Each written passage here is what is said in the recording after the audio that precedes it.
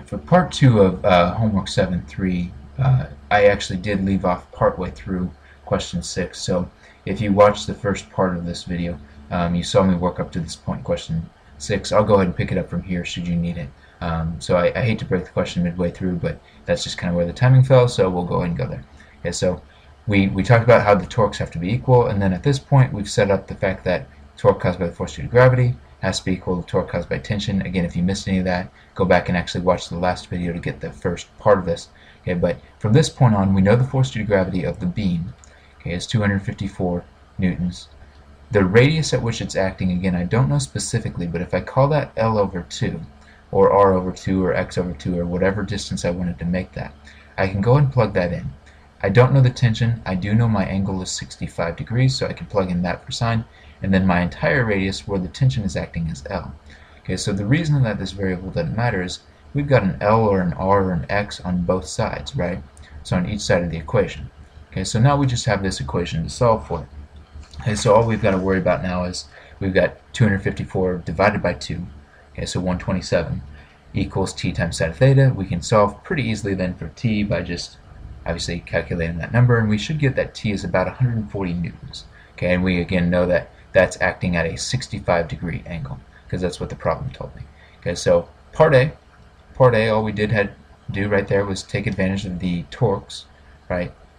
By choosing the axis of rotation to be the wall, I eliminated those two unknown forces, and then I found my tension based on the torque it produced. Okay, so not too bad there. Part B is where maybe it gets a little bit more confusing in exactly what it's asking. There is a little bit more ambiguity in terms of what's going on.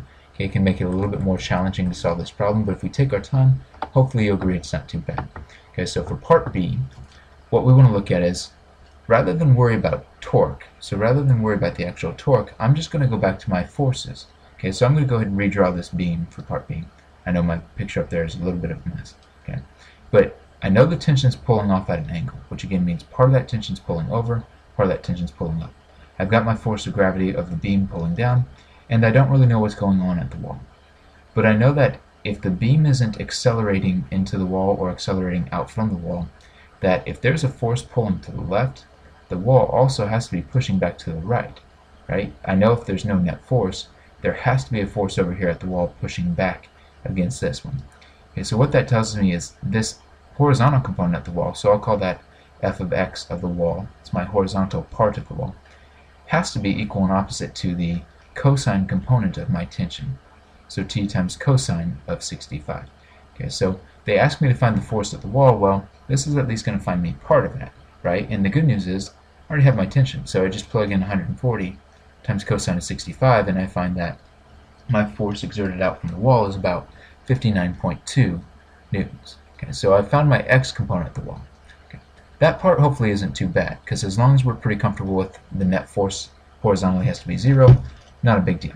Okay. The next part's maybe a little bit trickier. So now if we look at the vertical forces, so again, I've got my force due to gravity pulling down, I've got the vertical part of the tension pulling up. But if you look at these numbers, if we go back and look at those numbers, the force due to gravity is pulling down at 254. The entire tension is only 140. Okay, so if this entire hypotenuse is only 140, there's no way that just the sine component can be enough to support the full 254, right? There's no way in the world that part of 140 could be enough to compensate for 254. Okay, so what that tells me is these two forces are not equal, right? But the beam's also not moving down. And so if those two forces aren't equal and the beam's not moving down, what that tells me is I have to have another force. Have to have another force at the wall that's holding me up. Okay, so whether that force is coming from friction or from a bolt maybe in the wall or some form of support, we don't really know. But for this particular problem, we don't care. We know that there's also got to be a y component, not a wall-ly, but the y component at the wall. Okay, so definitely got to be a force there holding it up. So then if we look at our vertical components, the relationship is still that the net force equals 0, right? So if I look at that, my two forces that are pulling upward, my y component of the wall, plus my sine component of tension, they have to be balancing out my force due to gravity. Okay, so again, the good news here is I don't even have to use torque necessarily, right? I don't have to mess with torque in terms of solving this relationship. Instead, all I have to do is to find my y component of the wall, plug in my tension, plug in my angle, sine 65, and I already know the force due to gravity. Okay, so the only variable I have is my y component at the wall. I can pretty easily find that. Okay, so calculating and solving for this, I find the y component to be about 127 newtons. Okay, so get about 127. Now the question asks us not for the components, right? Asks us what is the force exerted on the beam by the wall. Okay, so the question at hand really doesn't care what the components here are. They want the actual force. To find the actual resulting force, right, takes us all the way back to chapter 2 or 3, where we then just build ourselves a right triangle using those components. So the force at the wall would be pushing out at 59.2 newtons. It would be pushing up at 127 newtons, which means I need to find, that's not a very good hypotenuse, let's try that one more time. I need to find the hypotenuse of that right triangle. It's a little bit better. Okay. Now, if you calculate this, what you'll actually happen to notice is this number should be really close again to the 140 newtons. Okay, so the actual resulting force from the wall, the resultant force from the wall is about 140 newtons, and if we do want to find that angle, which we should do, we'll find the angle to be about 65 degrees. And the reason for that is there's nothing resting on the beam. Okay, so in situations like this, if there's nothing resting on the beam, then there is going to be a lot of symmetry involved between the wall and the tension. Now, if I throw a box on this beam, completely throws that out the window.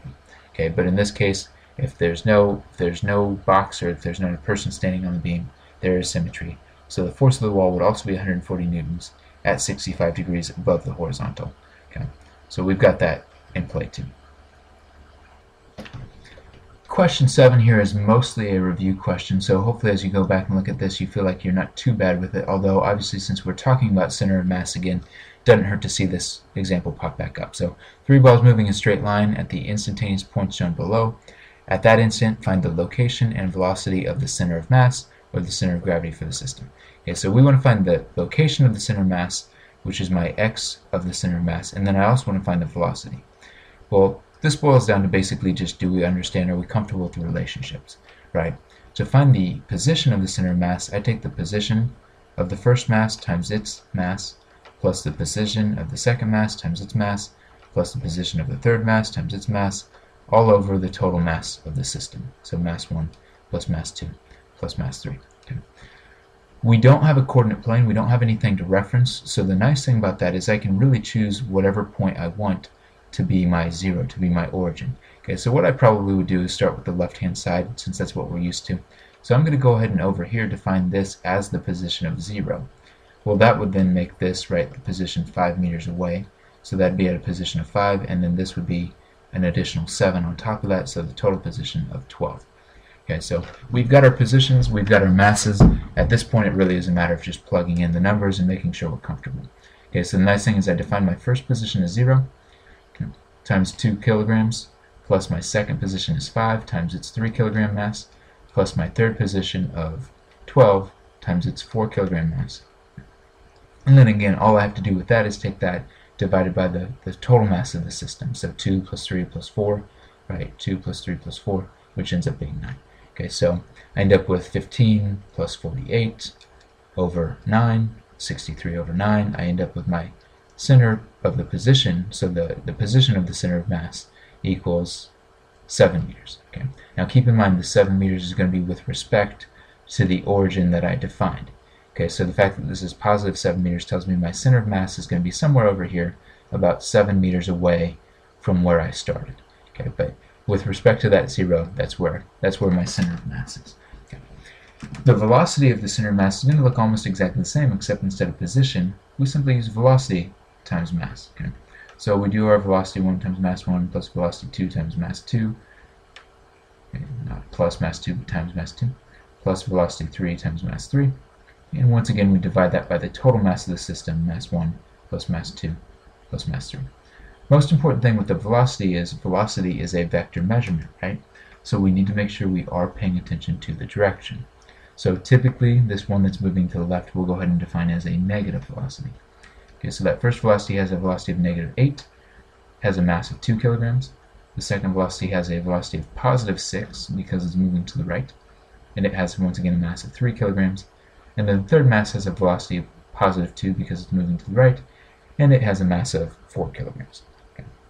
So I know my total mass for the system there, and then, I know the total mass and velocity of each one, and then I just divide that by the total mass of the system, which again was my 9 kilograms that I had before.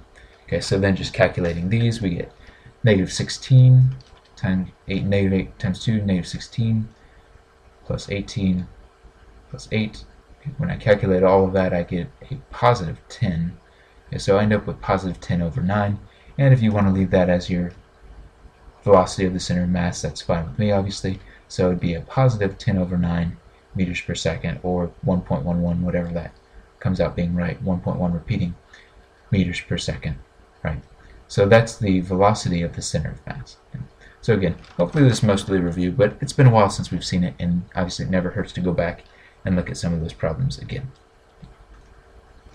So speaking of review problems, question 8 is just a very standard review one. You've seen it before, right? You'll see it again. It'll come up again. Just make sure we're comfortable with all the concepts. Okay, so I won't read through this. I won't waste the time to read through that. Okay, but I will make sure we set up the picture here. So we've got the tabletop. We know that the tabletop is a height of 88 centimeters. We do want to make sure we convert that to meters. So 88.5 meters, or centimeters would be 0.885 meters, right? So we've got the height of the table. We've got our spring that's set on the table. We've got our mass of 2 kilograms. We know that the spring is initially compressed 15 centimeters, so again 0.15 meters. And then the spring, or the block, after it's released from the table, the block it slides off. It slides off the table horizontally, ends up going a distance of 1.2 meters from the edge of the table. Okay. Part A, find the time elapsed from the instant the block leaves the table to the instant it strikes the floor. Now there's a lot going on in this problem, but if you focus on what the question's asking you for, all of this stuff with the spring doesn't make any difference for how long it takes to hit the floor. Because if the block leaves horizontally, right, we know that the initial vertical velocity would be 0. Okay, so if we want to find the time that it takes to hit the floor, we can just do vertical kinematics from the instant it leaves the table to the instant it strikes the floor. We know our initial velocity is 0. We know our height, our delta y if you prefer, is 0.885, and we know our acceleration is always, right, 9.8 meters per second squared based on the acceleration due to gravity. Okay, so now if I just go back to good old kinematics, I know delta y equals 1/2 at squared. I've got my height, I've got my acceleration. I can pretty quickly and easily find my time. Right, so just solving this equation for the time, I get that time to be about 0.425 seconds. Okay, so about 0.25 seconds. So there's part A. Again, trickiest part is kind of knowing where to go. In this case, right, I actually start with the end result. I start with as the block slides off the table, which is maybe not what we're used to, but still definitely works for this problem. Part B. Part B, if you read Part B, it says, find the horizontal component of the velocity. Well, the big conclusion here is the fact that we know the horizontal component, right, for my velocity. I know the horizontal component for my velocity is going to be constant. Okay, and if it's a constant, I know that I can work with the equation delta x over time. Okay. So the good news is I just found my time, and I know that it goes 1.2 meters during that period of time, from the time that it leaves the table to the time that it hits the ground. So during that 0.425 seconds, it travels 1.2 meters. So all I have to do then is take 1.2 meters and divide it by 0.425 seconds, and I can find that my average horizontal velocity, my constant horizontal velocity, should be about 2.82 meters per second. Okay, so again, part B, hopefully not too bad. Part C is probably the part that gave you trouble. Okay, so if you're looking at this video for this question, it's probably because you're worried about part C. Okay, so part C asks you how much work is done on the block, right? How much work is done on the block by the spring. Now to find work, if we're talking about a spring, we never want to do force times delta x because the force varies as the spring's compression changes. So we don't want to do that. So instead what we want to think is work equals energy. And more generically, work equals any change of energy. Okay? So rather than worry about the spring itself, what I can do, if I want to find the work done on the block by the spring, let's think about the block. The block gains kinetic energy, right? So if I can find the kinetic energy gained by the block, I can find the work done by the spring. Okay, so that's going to be my approach. find the kinetic energy done on the block. Okay, and that'll be my